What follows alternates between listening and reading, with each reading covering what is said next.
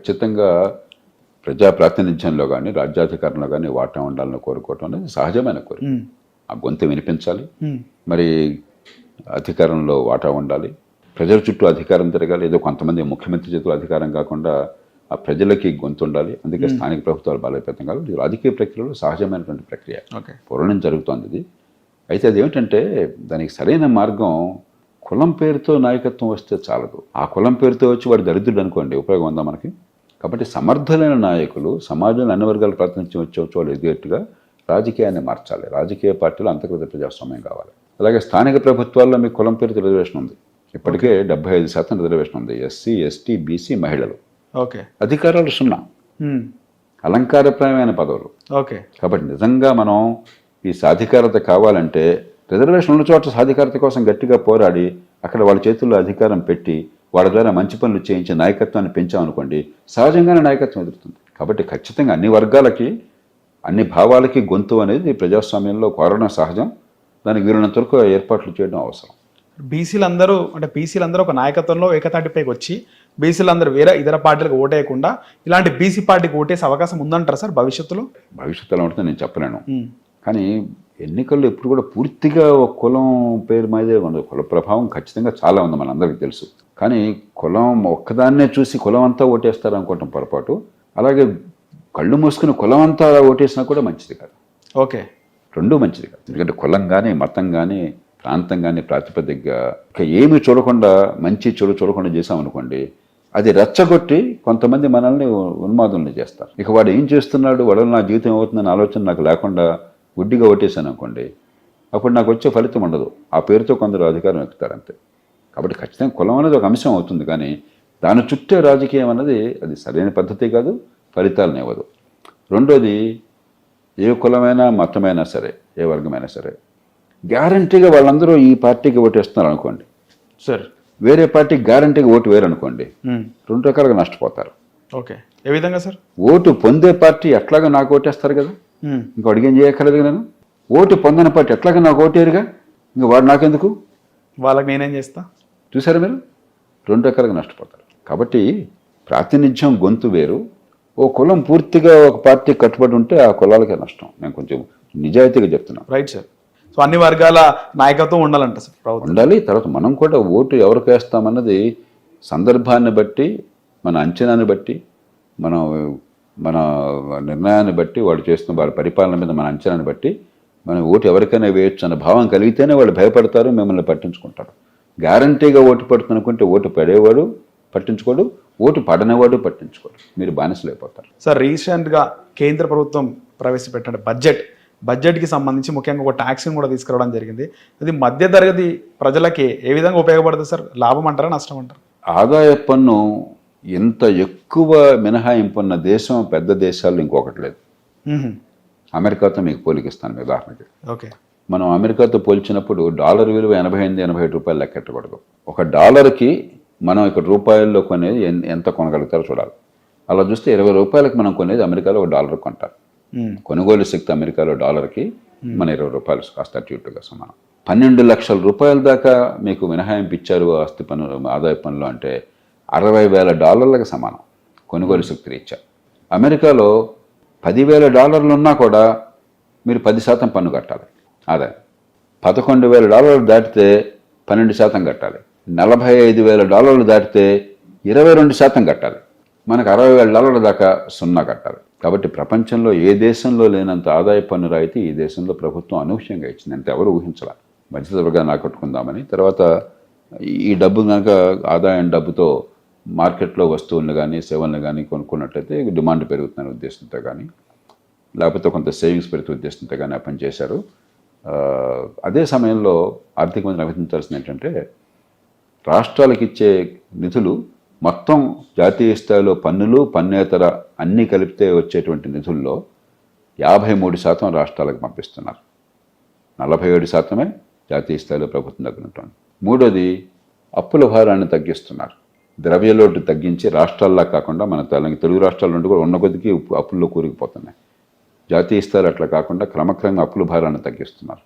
Fiscal deficit అంటాం, అంటే ఆదాయం కంటే ఖర్చు అంత ఎక్కువ ఉంది అని చెప్పన్నది. అది ఉన్న కొద్దికి తగ్గిస్తున్నారు. ఇప్పుడు నడుస్తున్న సంవత్సరం రేపు మార్చి 31 దాకా 4.8% తగ్గించారు జీడిపిలో. వచ్చే సంవత్సరం 4.4% చేస్తున్నారు. ఒకప్పుడు 9.2% ఉన్నది 4 ఏళ్ల క్రితం. అదే సమయంలో పెట్టుబడులు పెంచారు.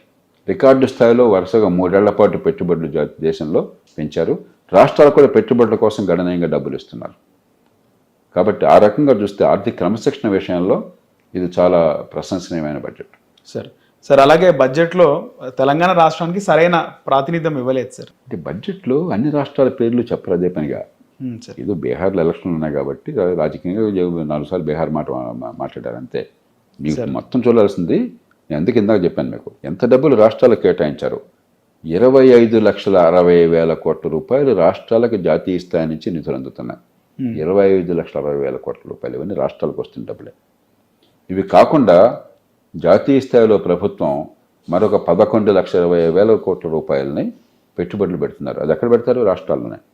అంటే 36,81,000 కోట్ల రూపాయలు జాతీయ స్థాయి నుంచి రాష్ట్రాల్లో ఖర్చు అవుతుంది. ఇది ఏదో రాష్ట్రంలో ఖర్చు అవుతుంది కదా. అవును సార్. మీరు విడివిడిగా పద్ధతులు చూస్తుంటే వస్తుంది. కానీ 4 సార్లు తెలంగాణ పేరు చెప్తే ఆంధ్రప్రదేశ్ పేరు చెప్తే ఉబ్బిపోవటము, పేరు చెప్పకపోతే తగ్గిపోవడం కాదు. అసలు ఏం జరుగుతుందో మనం గణాంకాలు తెలుసుకోవాలి సార్. ముఖ్యంగా రాష్ట్రంలో 8 మంది భారతీయ జనతా పార్టీకి సంబంధించిన ఎంపీలు ఉన్నారు సార్. కేంద్రంలో అధికారంలో ఉంది. సో వాళ్ళ వల్ల ఎలాంటి ఉపయోగం జరుగుతుందంటే ఏం చెప్తారు సార్? అది వారు చెప్పాలి, నన్ను అడిగితే ఎట్లాగా సార్. అంటే ఏమైనా జరుగుతుందని సార్ సంవత్సరం దాదాపు సంవత్సరం. ఖచ్చితంగా ఇప్పుడు మన దేశంలో ఏ పార్టీ అధికారంలో ఉన్నా కూడా రాష్ట్రంలో జిల్లాల విషయం కావచ్చు, దేశంలో రాష్ట్రాల విషయం కావచ్చు, ఎవరికి అన్యాయం చేయలేరు. మనం ఆ స్థాయి దాటిపోయాం సార్. ఒకప్పుడు అట్లా ఉండేది.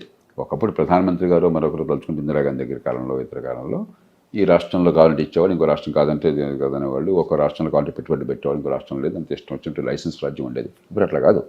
ఇప్పుడు అన్ని రాష్ట్రాలకి ఒక ప్రత్యేక ప్రతిపత్తి ఉన్న కొన్ని రాష్ట్రాలకేమో కొన్ని ప్రత్యేకంగా 11 రాష్ట్రాలు ఉన్నాయి. ఈశాన్య భారతంలో రాష్ట్రాలు, తర్వాత సిక్కిము, ఆ తర్వాత ఉత్తరాఖండ్, హిమాచల్ ప్రదేశ్, జమ్మూ కాశ్మీర్. ఈ వేరు. అన్ని పార్టీలు ఏ అంగీకారానికి వచ్చినా వాళ్ళకి ప్రత్యేకంగా కొంత ఇచ్చేస్తారు. మిగతా రాష్ట్రాలంటికి కొన్ని పద్ధతుల ప్రకారం అండలు వెళ్ళిపోతాయి. ఒకళ్ళు ఎక్కువ ఒకళ్ళు తక్కువ ఉండదు. కాబట్టి పూర్వకాలంలో లేదు. ఆ పరిస్థితి పూర్తిగా దాటిపోయాం. సహజంగానే పార్టీలు ఒకటి దేశంలో న్యాయం జరగాలి, కొంత ఫార్ములా ప్రకారం చేయాలి. రెండోది రాజకీయంగా మన పరపతి పెంచుకోవాలి, ప్రభావం పెంచుకోవాలి. ఈ 2 కారణాలతో సహజంగానే గట్టిగా పోటీ పడతారు. అలాగే రాష్ట్రం లోపల కూడా ఇప్పుడు కొన్ని జిల్లాలు మాకు రాలేదంటారు. అది వాస్తవం కాదు. అది మన దేశంలో వనరుల్లో పంపిణీ వరకు చాలా నిజాయితీగా సమర్థంగా జరుగుతుంది. వనరుల వినియోగం ఎట్లా ఉందో వేరే విషయం. దానిలో అవినీతి ఎంత ఉంది, సద్వినియోగం చేస్తున్నారా, మరొక పథకాలు ఉన్నాయో అది వేరే విషయం. కాబట్టి ఇవన్నీ ఊరికేంటి ఏదో మాట్లాడుతుంటాం మనం, దీని వాస్తవాలు కాదు. సార్ దేశ రాజధాని ఢిల్లీలో వేశారు. ప్రజలు భారతీయ జనతా పార్టీ వైపు ఉన్నట్టు తెలిసింది. మొన్న వాళ్ళ తీర్పు కూడా భారతీయ జనతా పార్టీకి ఓటు వేయడం జరిగింది. కానీ చాలా వరకు కూడా ఆమ్ ఆద్మీ పార్టీ కూడా ఈసారి గెలుస్తుంది, ముచ్చటగా 3వసారి హ్యాట్రిక్ కొడుతుందని కూడా సర్వేలు వచ్చినాయి సార్. ఏం చెప్తారు సార్ ఈ రిజల్ట్ పైన? అంటే మన ఎన్నికల వ్యవస్థ first past the post system అంటాం. అంటే 1 ఓటు ఎక్కువ ఉంటే గెలుపు, 1 ఓటు తక్కువ ఉంటే ఓటమి. అప్పుడు ఏమవుతుందంటే కొద్దిపాటి ఓట్ల తేడా ఉన్నా కూడా సీట్ల సంఖ్య చాలా పెద్ద ఎత్తున మార్పు ఉండొచ్చు. అవును సార్. మనకి అందిన సమాచారం ప్రకారం, తుది సమాచారం నేను చూడలేదు, వస్తే 2% తేడా ఉంది 2 పార్టీలకు మధ్య. 2%? ఓట్ల శాతం 2% తేడా. కానీ సీట్ల శాతం వచ్చేసరికి 48-22 అయింది. అవును సార్. మన ఎన్నికల వ్యవస్థ అట్లాంటిది. కాంగ్రెస్ పార్టీ పెద్దగా బరిలో లేకుండా పోయే కొద్దిపాటు తప్ప. కాబట్టి ప్రధాన పార్టీ 2 ఉన్నప్పుడు 2-3% తేడా ఉన్నా కూడా సీట్ల శాతం గణనీయంగా మారిపోతుంది. అంతే తప్ప ఇదేమి ఏకపక్షంగా జరిగిన ఎన్నిక నేను అనుకోవట్లా. అది 2% అనేది పెద్ద ఎక్కువ తేడా కాదు. 3% అన్నది. కాంగ్రెస్ ఆమ్ ఆద్మీ పార్టీ కలిసి పోటీ చేయించుంటే సార్ ఫలితం వేరే విధంగా ఉండేదా సార్? చెప్పలేము, మనం అనుకున్నట్టుగా ఉండదు. ఇప్పుడు అధికారంలో ఉంది ఆమ్ ఆద్మీ పార్టీ. అవును సార్. కాబట్టి మామూలుగా ఏమవుతుందంటే అధికారంలో ఉన్న పార్టీ ఓట్లు అధికారంలో ఉన్న పార్టీకి ఉంటాయి, అధికారానికి ఆ పార్టీకి వ్యతిరేకంగా ఓట్లు ఉంటాయి. ఇప్పుడు ఎప్పుడైతే ఇంకో పార్టీ ఉందో ఆమ్ ఆద్మీ పార్టీ వ్యతిరేక ఓట్లు చీలు ఉండొచ్చు. ఇప్పుడు ఎవరు లెక్కలు వాళ్ళు వేసుకుంటారు. వాస్తవానికి చీలే సార్. అంటే ఢిల్లీ అసెంబ్లీ చూసుకుంటే సార్, ఢిల్లీ అసెంబ్లీలో అక్కడ అరవింద్ కేజ్రీవాల్ పోటీ చేసినారు, అక్కడ పర్వేష్ సింగ్ వర్మ ఆయనకు వచ్చిన మెజారిటీ 1800 సార్. వేరే కాంగ్రెస్ పార్టీ క్యాండిడేట్ సందీప్ దీక్షిత్కి 3000 పైచీలకు ఓట్లు వచ్చినాయి సార్. వచ్చినాయి. కానీ ఈ 3000 మంది అరవింద్ కేజ్రీవాల్కి ఓటేసారని మీరు చెప్పలేరు. ఆయనకు వేసేవాళ్ళకి అలాగే వేసిండేవాళ్ళు. ఓకే. ఆయనకు వ్యతిరేక ఓటే చీలు ఉండొచ్చు కూడా. కాబట్టి ఇవన్నీ మనం ఊరికి అరిథమెటిక్గా అంచనా వేస్తే జరిగేది కాదు. పార్టీలు పోటీలో ఉన్నాయి, ప్రజలు ఓటు వేశారు. ఒకటి నెగ్గారు, ఇంకోటి నెగ్గలేదు. నెగ్గితే బులబాటం అక్కర్లేదు, నెగ్గకపోతే బాధ అక్కర్లేదు, తీర్పును స్వీకరించాలి. సార్ ఇక్కడ డిఫరెన్స్ ఏంటంటే సార్ 2014 నుంచి పార్లమెంట్లో బీజేపీకి ఓటేస్తున్నారు సార్. క్లీన్ స్వీప్ 7 లోక్సభ 2 సార్లు అంతే అండి. 2 సార్లు అంతే అయింది. అంటే ఢిల్లీలో దేశంలో ఇప్పుడు మామూలుగా కూడా దేశంలో మీరు గమనించినట్లయితే ఒక 3-4% ఓటర్లు న్యూట్రల్గా ఉంటారు. దేశానికి ఒక రకంగా రాష్ట్రానికి ఒక రకంగా వేస్తారు. ఉదాహరణకు 2009లో నాకు బాగా గుర్తున్నది, మన్మోహన్ సింగ్ గారు ప్రధానమంత్రిగా మళ్ళీ ఎన్నిక జరిగినప్పుడు రాష్ట్రము దేశం ఒకసారి జరిగినాయి. రాష్ట్రంలో రాజశేఖర్ గారు మళ్ళీ ప్రభుత్వంలోకి వచ్చారు, మన్మోహన్ సింగ్ గారు ప్రభుత్వంలో మళ్ళీ వచ్చారు. కానీ అసెంబ్లీకి పడ్డ ఓట్ల కంటే కాంగ్రెస్ పార్టీకి లోక్సభ ఓట్లు ఎక్కువ. అప్పుడు ఆనాడు కూడా 2009లో 3-4%. అందులో మోదీ లాంటి ప్రభావశీలమైన నాయకుడు ఉన్నప్పుడు మన్మోహన్ సింగ్ గారు కొంచెం నెమ్మదిగా ఉండేది. అవును సార్. ఈయన కొంచెం గట్టి నాయకుడు కదా. అవును సార్. ఫైర్ నాయకుడు. ఇష్టమన్నా లేకపోయినా కూడా ఒక పెద్ద నాయకుడు కదా, అవును సార్. జనాకర్షణ నాయకుడు కదా. అది ఉన్నప్పుడు అది కొంచెం ఎక్కువ ఉంటుంది. కాబట్టి లోక్సభ ఎన్నికల్లో పడే ఓట్ల తీరు, అసెంబ్లీ పడే ఓట్ల తీరు కొంత తేడా. మామూలుగా దేశమంతా కొద్దిగా ఉంటుంది, ఎక్కువ ఉండదు. కానీ ఢిల్లీలో ఎక్కువ ఉంటుంది. ఢిల్లీలో ఎందుకని, ఢిల్లీలో ఎక్కువ మంది మధ్యతరగతి వర్గాలు. ఢిల్లీలో దేశం మొత్తంలో అతి ఎక్కువ తలసరి ఆదాయం అన్నది నగరం ఢిల్లీ. ఓకే. దేశం మొత్తంలో 3 ఢిల్లీలో దేశం అన్ని ప్రాంతాల నుంచి వచ్చిన వాళ్ళు. కాబట్టి ఇక్కడ మామూలుగా ఉన్న దాంట్లాగా మన కులం మన ప్రాంతం అన్న భావం కొంచెం తక్కువ పనిచేస్తుంది. అక్కడ అప్పు లేదా సార్? ఢిల్లీ రాష్ట్రానికి అప్పు లేదు, ఉండదు. మహానగరాలు ఇప్పుడు హైదరాబాద్ నగరాన్ని ఒక రాష్ట్రం చేస్తే ఆ రాష్ట్రం సుసంపన్నంగా ఉంటుంది. డబ్బులన్నీ ఇక్కడే ఉంది. Right sir. అవును. కాబట్టి ఢిల్లీ కూడా వీళ్ళ గొప్పతనం కాదు, సంపద అంతా నగరాల్లో ఉంది. అందుకే నేను చెప్పేది అన్ని నగరాలు కాదయ్యా, చిన్న చిన్న పట్టణాలు కూడా రావాలి మనకి. మన పిల్లలు బతుకు తెరువు కావాలంటే నిరుపేదలు, రెక్కాడితే డొక్కాడిన వాళ్ళు అందరూ హైదరాబాద్కి మరి ఏ రకమైన ఆలనా పాలన లేకుండా చిన్న ఆదాయాలతో వచ్చి బతకడం కష్టంగా ఉంది. అక్కడే ఆదాయాలు వచ్చి ఏర్పాటు కూడా చేయాలని గట్టిగానే వాదిస్తున్న కారణం అదే. అంత మహానగరాల్లోనే సంపద, డబ్బంతా అక్కడే ఉండిపోయింది అది. సార్ అలాగే ఆంధ్రప్రదేశ్ విషయానికి వస్తే, ఆంధ్రప్రదేశ్లో కూటమి ప్రభుత్వం పనితీరు ఏ విధంగా ఉంది సార్? అక్కడ అసలు రాష్ట్ర విభజనప్పుడే ఎలాగైతే హైదరాబాద్ వల్ల తెలంగాణకి లాభం చేకూరిందో, హైదరాబాద్ పోవడం చేత ఆంధ్రప్రదేశ్ నష్టం చేకూరింది. ఆ పైన గత 5 ఏళ్లలో గత ప్రభుత్వం రేపన్నది లేనట్లుగా కనీసమైన బాధ్యత లేకుండా ఆర్థిక విషయాల్లో పూర్తిగా దివాలా తీసే ఏర్పాటు చేసింది. దాంతోపాటు పెట్టుబడులు, తెలంగాణలో ఏ పార్టీ ఉన్నా కూడా పెట్టుబడులు, భవిష్యత్తు, ఆర్థిక ప్రగతి దాని మీద ఎంతగానో దృష్టి పెడుతున్నారు. ఇందాక చెప్పాను మీకు. అది పూర్తిగా అసలు అభివృద్ధి అంటే అదేదో పెత్తందారులకు కావాల్సింది, పేదలకు కావాల్సింది కాదు. అభివృద్ధి అక్కర్లేదు, బటన్ నొక్కితే చాలని విచిత్రమైన రాజకీయాన్ని తీసుకొచ్చి నాశనం చేశారు. ఒక ఆర్థిక క్రమశిక్షణ లాగా దివాలా తీశారు. అభివృద్ధికి ఊతమవ్వక భవిష్యత్తును నాశనం చేశారు. ఆ పరిస్థితుల్లో కూటమి వచ్చింది. కూటమి వచ్చినప్పుడు ఏం పొరపాటు చేశారు? అప్పటికే సంక్షేమం పూర్తిగా ఎక్కువైపోయి అభివృద్ధి పూర్తిగా కుంటుపడిపోయిన రాష్ట్రంలో సంక్షేమాన్ని మరింత రెట్టింపు చేస్తామని వీళ్ళు హామీలు ఇచ్చారు. అవును సార్. లేని డబ్బులు లేవు. అవును సార్. సహజంగా ఆర్థికంగా తీవ్రమైన సంకటం ఉంటుంది. సూపర్ 6 తీవ్రమైన సంకటం ఆర్థికంగా ఉంటుంది. కానీ మేలు ఏంటంటే చంద్రబాబు నాయుడు గారికి కానీ పవన్ కళ్యాణ్ గారికి కానీ క్రెడిబిలిటీ ఉన్నది. చంద్రబాబు నాయుడు గారు గతంలో హైదరాబాద్ నగరం ఉమ్మడి ఆంధ్రప్రదేశ్లో ఇవాళ హైదరాబాద్ నగరం ఎట్లా ఉందంటే ఖచ్చితంగా ప్రధాన పాత్ర అయిందని అందరూ ఒప్పుకుంటారు. చంద్రబాబు నాయుడు పార్టీలు పక్కన పెట్టండి. గొప్పతనం ఏంటంటే దాన్ని రాజశేఖర గారు కొనసాగించారు. ఓకే. దాన్ని తర్వాత కాంగ్రెస్ ప్రభుత్వాలు కొనసాగించినాయి. దాని తర్వాత టీఆర్ఎస్ ప్రభుత్వం కొనసాగించింది. మళ్ళీ కాంగ్రెస్ కొనసాగిస్తుంది. కాబట్టి చంద్రబాబు నాయుడు గారికి దాని మీద ఆ నమ్మకం ఉంది. పెట్టుబడులు తీసుకొస్తారు, మౌలిక సదుపాయాలు బాగు చేస్తారని చెప్పని. కాబట్టి ఆర్థిక సంక్షోభం మాత్రం చాలా తీవ్రమైనది, దానిలో అనుమానం లేదు. తీవ్రమైన సంక్షోభము, దాన్ని గుర్తించాలి. పార్టీలకు అతీతంగా ప్రజలంతా కలిసి రావాలి. ఒక్కరోజు దాని నుంచి బయటపడేది లేదు. అదే సమయంలో అభివృద్ధికి ఢిల్లీ నుంచి నిధుల కొరత ఉండదు. నిజమైన అభివృద్ధికి, పెట్టుబడులకి, పోలవరం ప్రాజెక్ట్ కావచ్చు, జాతీయ రహదారులు కావచ్చు, రాజధాని నిర్మాణం కావచ్చు, పెట్రో కారిడార్ కావచ్చు, పారిశ్రామికీకరణ కావచ్చు, దాన్ని సద్వినియోగం చేసుకోవాలి. క్రమక్రమంగా ఆర్థిక భారం నుంచి బయటపడేందుకు జాగ్రత్తగా ఏర్పాట్లు చేసుకోవాలి. సార్ వైసీపీ పరిస్థితి ఏమంటారు సార్? వైసీపీ పని అయిపోయినట్టేనా సార్ ఆంధ్రప్రదేశ్లో? ఏ పార్టీని మీరు అట్లా అనుకోకూడదు. ఉదాహరణకి ఢిల్లీలో ఆమ్ ఆద్మీ పార్టీ ఓడిపోయింది, 22 సీట్లు వచ్చినాయి. అవును సార్. పని అయిపోయినట్టు 2% ఓట్ల తేడా. ప్రజాస్వామ్యంలో రాజకీయ శూన్యత ఉండదు. ఇప్పుడు ఉదాహరణకి ఢిల్లీలో కాంగ్రెస్ పార్టీ చాలా గట్టిగా సంస్థాగతంగా బలపడి ఆప్ పార్టీ బలం అంతా వారు తీసుకున్నారు. అప్పుడు ఆప్ పార్టీ పతనం కావచ్చు, అప్పుడు వారు ప్రధాన ప్రతిపక్షం కావచ్చు. అలా అవుతుంది. కానీ ప్రతిపక్షం లేకుండా ఉంటుంది అక్కడ. ఎవరు లేకపోతే మిమ్మల్ని తీసుకొస్తారు ప్రతిపక్షంగా.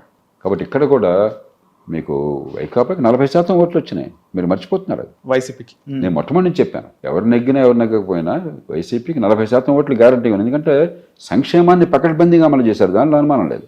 కానీ అది తప్ప ఇంకేమీ చేయాలి. బటన్ నొక్కడం తప్ప ఇంకా పరిపాలన లేదనుకున్నారు. దివాళా తీసే పద్ధతులు, అవినీతి, గోండాగిరి ఇవన్నీ వచ్చినాయి.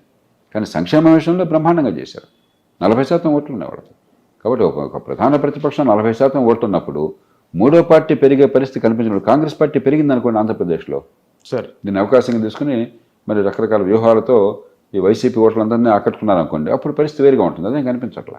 కాబట్టి మీరు ఏ పార్టీని కూడా అది అంతరించిపోతుందని కూడా పొరపాటు అవుతుంది. సార్ అలాగే తెలంగాణ రాష్ట్రంలో 4th సిటీ నిర్మాణమే ధ్యేయంగా కాంగ్రెస్ ప్రభుత్వం ముందుకెళ్తుంది సార్. అది ఈ 4 ఏళ్ల లోపు సాధ్యమయ్యే అవకాశం ఉందంటారా సార్? ఇప్పుడు ఒక్కరోజు జరగకపోవచ్చు, కానీ మంచి పథకాలు వేస్తే కాలక్రమేణా భవిష్యత్తు జరుగుతుంది. కానీ నా ఆందోళన ఏమిటంటే అంతా హైదరాబాద్ చుట్టుపక్కల ఆలోచిస్తున్నారు. మంచిదే, మనంతా హైదరాబాద్లో ఉన్నాం. అవును సార్. అంటే ఇక మిగతా తెలంగాణలో వాళ్ళంతా కూడా చిన్న అల్పాదాయంతో 10,000 12,000 రూపాయల వచ్చే వాళ్ళంతా కూడా హైదరాబాద్ పట్టుకు రావాలా? నిలబడి లేకుండా ఇక్కడ దుర్భర దారిద్ర్యంలో బతకాలా? ఎక్కడో ఒక చోట ఉండి 15 కిలోమీటర్ల రోజు ప్రయాణం చేసి 10,000 కోసం పని చేయాలా? ఒక్కరోజు పని లేకపోతే పస్తులు ఉండాలా? ఒక్కరోజు జబ్బు చేస్తే సంక్షోభం రావాలా? ఆలనా పాలన లేకుండా. అలా కాకుండా తక్కువ నైపుణ్యం తక్కువ ఆదాయం వచ్చే వాళ్ళకి ఎక్కడిక్కడ ఉపాధి కల్పన కోసం చిన్న చిన్న పట్టణాలు కూడా పెంచామనుకోండి, మీకు మీ ఊరి దగ్గరలోనే పట్టణం ఉన్నట్టయితే అక్కడ ఉద్యోగం పనిచేస్తున్నట్టయితే ఆదాయం సరిపోతుంది. అక్కడ 15,000 వస్తే ఇక్కడ 50,000-40,000 వచ్చినట్లు లెక్క. అక్కడ ఆలనా పాలన ఉంటుంది. మీకు తెలిసిన వాళ్ళు, బంధువులు, మిత్రులు, తెలిసిన వాతావరణం ఉంటుంది. మూడోది కుటుంబంతో కలిసి బతకగలుగుతాం. అవును సార్. ఇక్కడ ఒంటరిగా బతకాల్సి వస్తాం. కాబట్టి ఎంతసేపటికి మనకు భూములు ఉన్నాయి కాబట్టి, మన ఇళ్ళు ఉన్నాయి కాబట్టి, మనం ఇక్కడ ఉంటున్నాం కాబట్టి ఈ హైదరాబాద్ ఒక్కటే అనుకుంటే హైదరాబాద్ని బాగు చేయాలి, హైదరాబాద్ని బాగా గర్వించేట్టుగా అభివృద్ధి చేయాలి. కానీ దాన్ని మిగతా ప్రాంతాన్ని ఎలా చేయకూడదు. దీంతోపాటు ఎక్కడికక్కడ చిన్న పట్టణాల అభివృద్ధి, తక్కువ నైపుణ్యం ఉన్నవాళ్ళు ఈ లేబర్ ఇంటెన్సివ్ ఇండస్ట్రీస్లో ఉపాధి కల్పన కోసం అక్కడ 15,000-20,000 వచ్చినా కూడా బ్రహ్మాండంగా వచ్చినట్లు లెక్క. అలాంటి ఉపాధిని పెంచే ఏర్పాటు గ్రామాలకు దగ్గరగా ఉన్న పట్టణాల్లో చేసి పట్టణీకరణ నమూనా మారకపోతే అంతా హైదరాబాదు అది మంచిది కాదు. సార్ అలాగే తెలంగాణలో 10 మంది బీఆర్ఎస్ ఎమ్మెల్యేలు కాంగ్రెస్ పార్టీలో చేరడం జరిగింది. ఇప్పుడు వాళ్ళు న్యూట్రల్గా ఉండిపోయారు సార్. వాస్తవానికి ప్రభుత్వానికి వ్యతిరేకంగా మాట్లాడుతున్నారు మహిపాల్ రెడ్డి కానీ, దానం నాగేందర్ కానీ. సుప్రీంకోర్టులో కూడా చాలా ఫైట్ నడుస్తుంది సార్. ఏం చెప్తారు? 10 మంది ఎమ్మెల్యేలకు సంబంధించి ఉప ఎన్నిక రాష్ట్రంలో రాబోతుంది అంటారా? అది నేను చెప్పలేను. మనకి ఏమైందంటే పార్టీ ఫిరాయింపు నిషేధ చట్టం అనేది పేరుకు పెట్టినా కూడా అధికార పార్టీలోకి ఫిరాయిస్తే ఏమీ కాకుండా చూసుకున్నారు. ఎందుకంటే స్పీకర్ చేతుల్లో అధికారాలు. అవును సార్. స్పీకర్ అధికార పార్టీకి చెందిన ఆయన.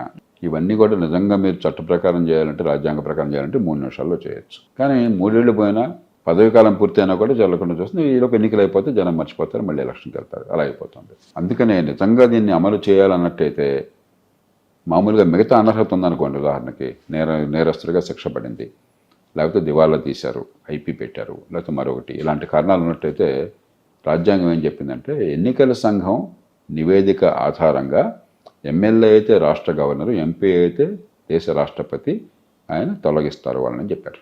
ఎన్నికల సంఘం ఇచ్చిన నివేదిక శిరోధార్యము అని చెప్పారు. ఆ రకంగా పెడితే అప్పుడు న్యాయం జరుగుతుంది. అది ఎలాగో పెట్టే ఆలోచన లేదు. కాబట్టి ఈ లోపల రాజకీయంగా వాళ్ళ బలవన్నతగా నడుపుతూ ఉంటారు. 4 ఏళ్ళు కూడా గడిచిపోతాయి అంటారు సార్. ఇక 4 ఏళ్ళు గడుస్తుందో కాదు, చూద్దాం ఏమవుతుందో. కానీ చాలా చోట్ల మన అనుభవం ఏంటంటే పెద్దగా ఈ పార్టీ ఫిరాయింపు నిషేధం కాగితం మీదే కానీ ఇంతవరకు పనికొచ్చిన దాఖలాలు లేవు. పార్టీ ఫిరాయింపులు ఆగిన దాఖలాలు కూడా లేవు. సార్ గతంలో బీఆర్ఎస్ ఉన్నప్పుడు బీఆర్ఎస్ టీడీఎల్పీని విలీనం చేసుకుంది, సిఎల్పీని విలీనం చేసుకుంది సార్. కానీ ఇప్పుడు వాళ్ళు చాలా టఫ్ ఫైట్ చేస్తున్నారు సార్ అక్కడ సుప్రీంకోర్టులో. అదే ఇప్పుడు ఎవరి సందర్భాన్ని బట్టి వాళ్ళ ఆలోచన మారుతూ ఉంటుంది. నీవు నేర్పిన విద్య నిర్దాక్షణ వీళ్ళు అంటారు, మేము ఇంకో రకంగా చేసాం, మీరు మరి అన్యాయం చేశారని వాళ్ళు అంటారు. ఇది మామూలు. సార్ బీఆర్ఎస్ మొన్న లోక్సభ ఎన్నికలకు సంబంధించి బీఆర్ఎస్కు చాలా చోట్ల మెజారిటీ కోల్పోయింది సార్. కాంగ్రెస్ వర్సెస్ బీజేపీగా ఉండే. అలాంటిది బీఆర్ఎస్ మళ్ళీ పుంజుకుంది, చాలా యాక్టివ్గా. ఒకవైపు కవిత, మరోవైపు కేటీఆర్. నేను చూస్తే కవిత కేసీఆర్ పాలన ఐఫోను, రేవంత్ రెడ్డి పాలన చైనా ఫోన్ అని చెప్పి ఆమె కామెంట్ చేసింది. అంటే నలుగురు వాళ్ళు ఫైట్ చేస్తున్నారు సార్, కౌంటర్స్ ఇస్తున్నారు. వేరాజ్ కాంగ్రెస్ లో రేవంత్ రెడ్డి ఒక్కరే కౌంటర్ ఇస్తున్నారు. వ్యక్తిగతమైన రాజకీయాల్లోకి వెళ్ళినవన్నీ వాళ్ళు పార్టీ వ్యూహాలు వాళ్ళు చూసుకుంటారు, నాకు అనవసరం. కానీ మనం గుర్తించాల్సింది ఏంటంటే సార్, మన ప్రజాస్వామ్యంలో, మన ఎన్నికల వ్యవస్థలో ప్రధానంగా 2 పార్టీలకే స్థలం ఉంది. అందుకే నేను అసెంబ్లీ ఎన్నికల ముందు చాలా స్పష్టంగా మళ్ళీ చెప్పాను, నిజమైన పోటీ జరుగుతోంది టీఆర్ఎస్కి ఇంకో పార్టీకి మధ్య కాదు, కాంగ్రెస్కి బీజేపీకి మధ్య. ఏ పార్టీ రెండో పార్టీకి నిలబడితే వాళ్ళు ప్రధాన ప్రతిపక్షం అవుతారు, అప్పుడు ఎన్నిక టీఆర్ఎస్కి వాళ్ళకి మధ్య అవుతుంది. అప్పుడు మొదట్లో కొంతకాలం పాటు బీజేపీ అనిపించారు ఉప ఎన్నికల వాటిలో. అవును సార్. కానీ జనరల్ ఎలక్షన్ వచ్చేసరికి బీజేపీ వెనక్కి వెళ్ళింది. అవును సార్. ప్రజల మనసులో కాంగ్రెస్, కాబట్టి ప్రధాన పోటీ కాంగ్రెస్కి. అలా ఇప్పుడు కూడా కాంగ్రెస్ అధికారంలో ఉంది. అవును సార్. ప్రధాన పోటీ జరగబోయేది ముందు మొట్టమొదటి స్థాయిలో పోటీ బీజేపీకి, టీఆర్ఎస్కి, లేకపోతే బీఆర్ఎస్కి మధ్య. అంటే ప్రజల దృష్టిలో రెండో పక్షం ఎవరని. అప్పుడు ఆ తర్వాత ఎవరైతే రెండో పక్షంగా వస్తారో కాంగ్రెస్కి వాళ్ళకి మధ్య పోరాటం జరుగుతుంది. సహజంగానే ఎవరి ప్రయత్నాలు వాళ్ళు చేసుకుంటారు. Okay sir.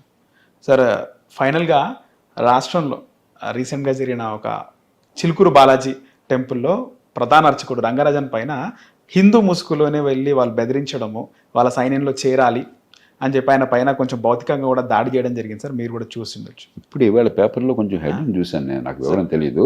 సార్ ఖచ్చితంగా హింసను ఎవరు ఏ సందర్భంలో ప్రయోగించినా కూడా దాన్ని మనం తీవ్రంగా నిరసించాలి.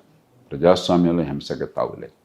ఒకవేళ మీకేమన్నా ఆందోళన ఉన్నా కూడా, అభిప్రాయ భేదాలు ఉన్నా కూడా, నాకు తెలియదు ఇక్కడ విషయం ఏంటో కూడా. సార్ అంబేద్కర్ చాలా స్పష్టంగా చెప్పారు, ప్రజాస్వామ్య రాజ్యాంగం వచ్చిన తర్వాత ఓటు హక్కు, వాక్ స్వాతంత్రం, వాటి ద్వారా మీరు అభిప్రాయ భేదాలని మనం పరిష్కరించుకోవాలి. కానీ హింసకి, ఆటంకానికి, బంధులకి, రస్తారోకోలకి ప్రజాస్వామ్యంలో తావు లేదు. కాబట్టి దాన్ని ఏ రకమైన బేషరతుగా నిస్సందేహంగా మనం గ్రహించాలి అలాంటి సంఘటనలన్నింటినీ కూడా. ఇక ఈ సందర్భంలో నాకు విషయం ఏంటో తెలియదు సార్, అంతకని చెప్పలేను సార్. 2009 ఎన్నికలు అవి చాలా స్పెషల్ ఎన్నికలు అని చెప్పుకోవచ్చు సార్. ఎందుకంటే అవి ఉమ్మడి రాష్ట్ర చివరి ఎన్నికలు సార్. ఆ ఎన్నికల్లోనే మొట్టమొదటిసారి మీరు అసెంబ్లీకి వెళ్ళారు, మెగాస్టార్ చిరంజీవి గారు అసెంబ్లీకి వెళ్ళారు, ప్రస్తుత ముఖ్యమంత్రి రేవంత్ రెడ్డి కూడా మొట్టమొదటిసారి అసెంబ్లీకి వెళ్ళారు సార్. ఆ రోజు అసెంబ్లీ వాతావరణం ఏ విధంగా ఉండే సార్? అప్పుడు రెండు రకాలుగా. ఇప్పుడు తెలంగాణ ఉద్యమం ఉధృతిలో ఉన్నది. రాజశేఖర గారు పోగానే, రాజశేఖర గారు ఉన్నంతకాలం ఒక రకంగా ఉండేది, కొద్ది కాలమైన ఉన్నది. మంచి అధికార పక్షం, ప్రతిపక్షం తీవ్రమైనటువంటి ఉండేది. ఆయన పోయిన తర్వాత ఎప్పుడైతే తెలంగాణ ఉద్యమం బాగా ముందుకు వచ్చిందో, ఆ ఉద్యమం కారణంగా సగం రోజుల పాటు అసెంబ్లీ నడవాల సరిగ్గా, సగం రోజులు, మిగతా సగం రోజులు బాగా నడిచింది. మళ్ళీ ఉదాహరణకి కొన్ని ప్రశ్నలు నేనే లేవనెత్తినప్పుడు దాని మీద 4-5 గంటలు చర్చ జరిగేది, ఇప్పుడు పార్టీలకు అతీతంగా, ప్రాంతాలకు అతీతంగా. కానీ చాలా సందర్భాల్లో వెంటనే గొడవ అవడం అలా ఉండేది. రెండోది, ఉన్నంత మేర ఖచ్చితంగా కొంత ఒక ప్రమాణంలో కొంత చర్చ, కొంత పార్టీల మధ్య కొద్దిగా అభిప్రాయ భేదాలను కూడా సామరస్య వాతావరణము, కొన్ని నిబంధనలు పాటించడం ఉండేది. మరీ బస్తీ మీద తొడగొట్టి అది అప్పుడు కూడా కొంత ఉంది, కానీ అది ఉన్న కొద్దిగా చెడిపోతుంది. పరిశ్రమ పదజాలం వాడటం, ఒకరినొకరు అవమానించుకోవటం, బూతులు తిట్టుకోవటం, అది ఉన్న కొద్దిగా ఎక్కువ అవుతుంది. అనుకున్నారా సార్ ఇప్పుడు ముఖ్యమంత్రి అంటే రేవంత్ రెడ్డి ఈ స్థాయికి వస్తాడు అని అనుకున్నారా సార్ ఆయన మాట్లాడేటప్పుడు? కానీ రేవంత్ రెడ్డి గారు మొదటి నుంచి కూడా చాలా ఏమైనా డైనామిక్ పర్సన్, బాగా అంబిషన్ ఉన్న మనిషి, కష్టపడే మనిషి, నాయకత్వాన్ని కోరుకున్న మనిషి. కాబట్టి రేవంత్ రెడ్డి లాంటి వాళ్ళు రాజకీయంగా ఎదుగుతారన్న విషయంలో ఎవరికి పెద్ద అనుమానం లేదు. సరే, ఎవరు ఏ పదవిలోకి వస్తారని ఖచ్చితంగా ఎవరు అంచనా వేయలేరు. Right sir. కానీ ఆయన ఏదో మామూలుగా కూర్చున్న మనిషి కాదు. ఆనాడే స్పష్టంగా అది అర్థమవుతుంది. వాస్తవానికి ప్రభుత్వానికి అంటే రేవంత్ రెడ్డి అన్నిటికీ ఆయన కౌంటర్ ఇచ్చుకుంటూ పోతున్నాడు సార్. మంత్రులందరూ ఎప్పుడో ఒకసారి రియాక్ట్ అవుతున్నారు. వాస్తవానికి అందరి అనుకుంటున్న మాట ఏంటంటే రేవంత్ రెడ్డికి పాలన చేతనవ్వట్లేదు, ఆయనకు పెద్దగా ఆయనకు అనుభవం లేదు అంటున్నారు సార్. మీరేమైనా భవిష్యత్తులో కానీ ప్రభుత్వానికి ఏమైనా మీకున్నటువంటి అనుభవాన్ని షేర్ చేసే అవకాశం ఉంటుందా సార్? రోజు నేను చేస్తున్నా కదా ఇప్పటికి, అంటే నేరుగా సార్. ముఖ్యమంత్రి గారికి, ఏ ముఖ్యమంత్రి కూడా నేను రాజకీయంలో ఉన్న వాళ్ళని తక్కువగా అంచనా వేస్తాం. మీకు చాలా తెలివితేటలు, ఎంతో కొంత సమాజం పట్ల అవగాహన, కొంత మమకారం, మంచి జరగాలన్న కోరిక, అన్ని వర్గాలను కలిగిపోయే శక్తి లేకపోతే రాజకీయంలో ఇంతకాలం నిలదొక్కుకోవాలి ఎవరు కూడా. రాజకీయం బయట ఉన్నవాళ్ళు చాలా తేలిగ్గా వీళ్ళు చాలా ఏం తెలియదు, చదువు లేదు, వాళ్ళకి బుర్ర లేదు అంటే అనుకుంటారు. ఇది వాస్తవం కాదు. ముందు మనకు కొంచెం రాజకీయ పార్టీలో అభిప్రాయ భేదాలు ఉండొచ్చు, వాళ్ళు చేసిన దాన్ని తప్పు చేస్తే విమర్శించవచ్చు, నేను విమర్శిస్తాను. కానీ రాజకీయాన్ని చులకనగా చూడద్దు. రేవంత్ రెడ్డి గారు 2009 ఎన్నికయ్యారు. అవును సార్. అప్పటి నుంచి అసెంబ్లీలో, లోక్సభలో ఎన్నికవుతూనే ఉన్నారు. అవును సార్. మరి ఆయన పార్టీ కాకుండా కాంగ్రెస్ పార్టీకి వెళ్ళి నాయకత్వాన్ని తీసుకున్నారు, ఎన్నికల్లో గట్టిగా పోరాడారు, ప్రజల మద్దతు పొందారు. వీళ్ళందరినీ మీరు చులకనగా అనుకుంటే ఎట్లాగా? వాళ్ళకి ఏం అసలు అవగాహన ఉండదు, వాళ్ళకి ఏం తెలియదు అనుకుంటే ఎట్లాగా? ఏ పార్టీ అయినా సరే. కాబట్టి మనం కొంచెం ప్రజాస్వామ్యంలో ఎన్నికైన నాయకుల పట్ల గౌరవంతో ప్రవర్తించాలి. రెండోది, కాంగ్రెస్ పార్టీలో జాతీయ స్థాయిలోనేమో అందరూ ఒకే కుటుంబానికి, ఒకే వ్యక్తికి పట్టం కడతారు. రాష్ట్రాల్లో మళ్ళా గొల్లలు పడతారు. అది పెద్ద కొత్త లేదు. అది ఇప్పుడు ఎలా ఉందో నాకు తెలియదు, అవి ఉండుంటాను నాకు తెలియదు. అంటే నేను లోతుకి నేను వెళ్ళని పట్టించుకోండి. నేను ఎందరో మిత్రులే నాకు, ఈ పార్టీగా నా పార్టీగా. అవును సార్. మనకు కావాల్సింది రాష్ట్ర హితమే తప్ప వ్యక్తుల మీద మనకి అనవసరం. సార్, రేవంత్ రెడ్డి గారు ఆయన ఎమ్మెల్యేగా, ఎంపీగా గెలిచారు, కానీ ఎప్పుడు మంత్రి అవ్వలేదు సార్, నేరుగా ముఖ్యమంత్రి అయినాడు. సో ఆయన పాలన ఏ విధంగా ఆయనకు సాధ్యమవుతుంది సార్? ఆయన మోదీ గారు డైరెక్ట్గా ముఖ్యమంత్రి అయ్యాడు. ఆయన మోదీ గారు ఎమ్మెల్యే అవడంతో ముఖ్యమంత్రి అయ్యాడు, ఎంపీ అవుతున్న ప్రధానమంత్రి అయ్యాడు. ఆ కారణంగా పాలన కుంటుపడింది అని అంటారా? ఓకే. ఎన్టీ రామారావు గారు డైరెక్ట్గా ముఖ్యమంత్రి అయ్యారు. అవును సార్. కాబట్టి ఖచ్చితంగా అనుభవం అంటే కొంత ఉపయోగం ఉంటుంది, కానీ నాయకత్వ లక్షణాలు ఉండాలి తప్ప అవగాహన, సమాజం పట్ల అవగాహన, నాయకత్వ లక్షణాలు మరి 10 మందిని కలుపుకుపోయేటువంటి శక్తి సామర్థ్యాలు అవి చూడాలి, కానీ అవి డైరెక్ట్గా అయినారా అనుభవం ఉందా అన్నది అది కొంత ఉపయోగపడుతుంది, కానీ అదంత ముఖ్యం కాదు. సార్, చివరిగా మీరు స్థాపించినటువంటి లోక్సత్తా పార్టీ మళ్ళీ భవిష్యత్తులో ఈ స్థానిక సంస్థల ఎన్నికల్లో అయినా ఏమైనా పోటీ చేసే అవకాశం ఉందా సార్? నేను ఎందుకు పార్టీ పెట్టామో చెప్పాను, ఎందుకు ఎన్నికల్లో పోటీ చేస్తున్నామో చెప్పాను, ఎందుకు ఎన్నికల్లో పోటీ మానుకున్నామో కూడా చెప్పాను. దీనిలో ఎక్కడ రహస్యం కానీ కుట్రలు కానీ ఉండవు. లోక్సత్తా పార్టీ పెట్టినప్పుడు నాకు తెలుసు అధికారం అసాధ్యమని, ఎందుకంటే మన ఎన్నికల వ్యవస్థలో 3వ పార్టీకి దాదాపు అసాధ్యం. ఆప్కి ఢిల్లీలో అధికారం రావడం అనేది, తర్వాత పంజాబ్ రావడం అనేది సాధారణ విషయం కాదు. అది కొన్ని అసాధారణ పరిస్థితుల వల్ల, అక్కడున్న ప్రత్యేక పరిస్థితుల వల్ల. రెండోది, చాలా సమర్థులైన వాళ్ళు చాలామంది అక్కడ ఢిల్లీలో దీనికి సిద్ధపడి అవును సార్ పార్టీలో పనిచేయడానికి సిద్ధపడ్డారు. ఆ పరిస్థితుల నేపథ్యంలో వచ్చింది. అది చాలా సాధారణమైన సంఘటన. అది జరగదు అంత తేలిక, నాకు తెలుసు ఆ సంగతి. కానీ నేను ఆశించింది ఏమిటంటే 10% మంది ఓట్లు వేస్తారు నిలకడగా. ఆలోచించేవాళ్ళు, యువత, మధ్యతరగతి, కాస్త ఈ కులాలు, పార్టీలు, పక్షపాతాలు పక్కన పెట్టి దీర్ఘకాల భవిష్యత్తు కోసం ఓటేస్తారు. నిలకడగా 10% ఓట్లు వేస్తే చాలు. దాన్ని ఎలా మార్పుగా మార్చాలో నాకు తెలుసు. కానీ అనుభవం ఏమైంది? 2% ఓట్లే పడ్డాయి. హైదరాబాద్లో 9-10% ఓట్లు వచ్చినాయి, కానీ గ్రామీణ ప్రాంతాల్లో 1% వచ్చింది. మొత్తం మీద 2% ఓట్లు వచ్చినాయి. 2% ఓట్లు చాలు. మీరు ప్రధాన రాజకీయ పార్టీలను ఆలోచనింపజేసి, అరే ఈ మార్పు జరగకపోతే మునిగిపోతామనే భావం కలగాలి, ఈ మార్పు జరగకపోతే దేశం నష్టపోతుందని అర్థం కావాలి. అది రావాలంటే 10% ఓట్లు వస్తే ఖచ్చితంగా సరిపోతాయి. కానీ ఇంకెక్కువ వస్తే మంచిదే. ఆంధ్రప్రదేశ్లో అదే జరిగింది. ఉమ్మడి ఆంధ్రప్రదేశ్లో, తమిళనాడులో, కర్ణాటకలో, మహారాష్ట్రలో, దేశంలో వివిధ ప్రాంతాల్లో చాలా అద్భుతంగా పోరాడారు లోక్సత్తా కార్యకర్తలు. కానీ ఎక్కడ చూసినా కూడా అంతకంటే ఎక్కువ కనిపించట్లా.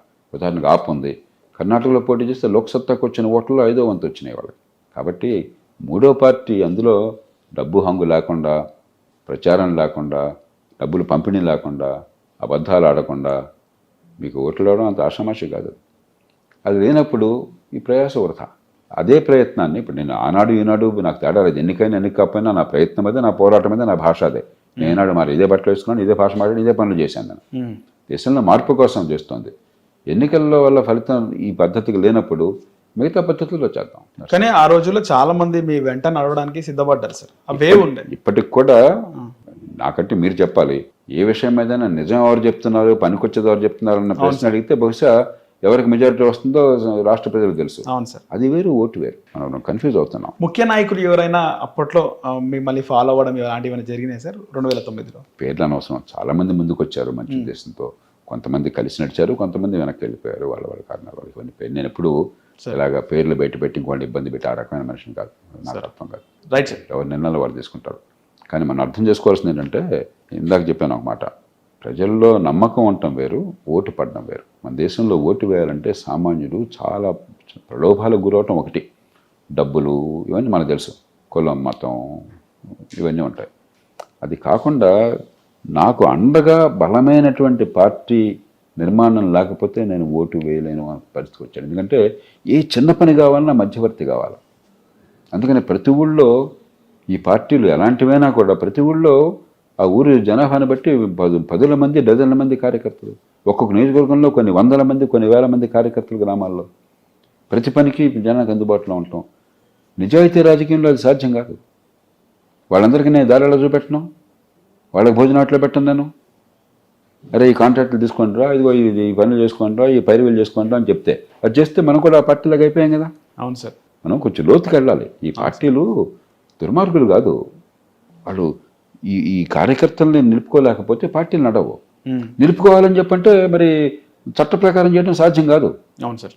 ఒక పార్టీ కార్యకర్తలను పోషించుకోవాలంటే ప్రధాన పార్టీలు ఎలక్షన్లో 25-30 కోట్లు అవుతుందో మనకు తెలుసు. మిగతా టైంలో నెలకి 15-20 లక్షలు ఖర్చు పెడుతున్నారు. మీకు ఆ సంగతి తెలుసా? ప్రత్యక్షంగా కానీ పరోక్షంగా కానీ. మీరు అడగండి, ఎవరన్నా ఎమ్మెల్యేలను అడగండి ప్రైవేట్గా, లేదా పార్టీ నాయకులను అడగండి ఆ నియోజకవర్గంలో. ఏదో రూపంలో 15-20 లక్షల ఖర్చు అవుతున్నారు ఈ 5 సంవత్సరాల లోపు.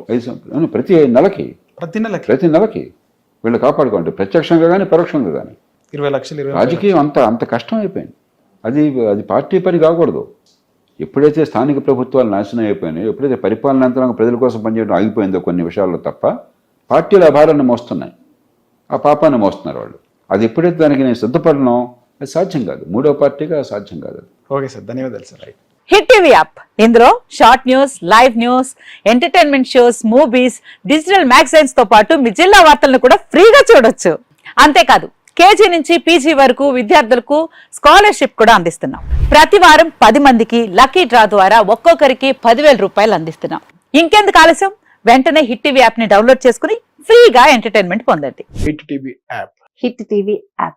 Please download Hit TV app. Hit TV యాప్ని ఫ్రీగా డౌన్లోడ్ చేసుకొని ఎంజాయ్ చేయండి. మీకు నచ్చిన ఎంటర్టైన్మెంట్ కోసం హిట్ టీవీ యాప్ ని ఫ్రీగా డౌన్లోడ్ చేసుకుని ఎంజాయ్ చేయండి. హిట్ టీవీ యాప్ని డౌన్లోడ్ చేసుకుని ఆస్వాదించండి, ఆశీర్వదించండి. ఇంతమంది సెలబ్రిటీలు హిట్ టీవీ యాప్ ని డౌన్లోడ్ చేసుకోండి అని చెప్తున్నారంటే ఎంత మంచి యాప్ ఆలోచించండి. అమెరికా అమెరికా అమెరికా అమెరికాలో చదవాలనుకునే వాళ్ళకి విశ్వసనీయమైన పేరు మన శౌర్య కన్సల్టెన్సీ. UK లో 1 year masters. UK లో 1 year masters. 2 years work permit up to 5 years visa. Contact Saurya Consultancy. Contact 89851 89851.